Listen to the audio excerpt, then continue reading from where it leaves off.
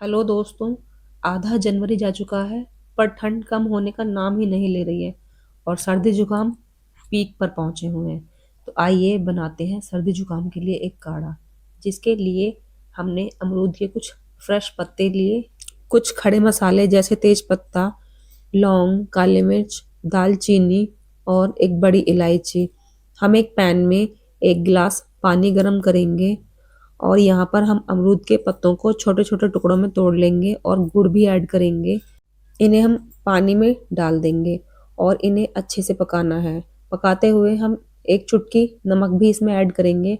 अच्छे से चलाकर पानी की क्वांटिटी कम होने का वेट करेंगे और जब ये पक जाए तब हम इसे छान कर पियेंगे। आप इसके लेफ्ट ओवर को बाद के लिए भी बचा कर रख सकते हो। आप चाहें तो फेंक भी सकते हैं।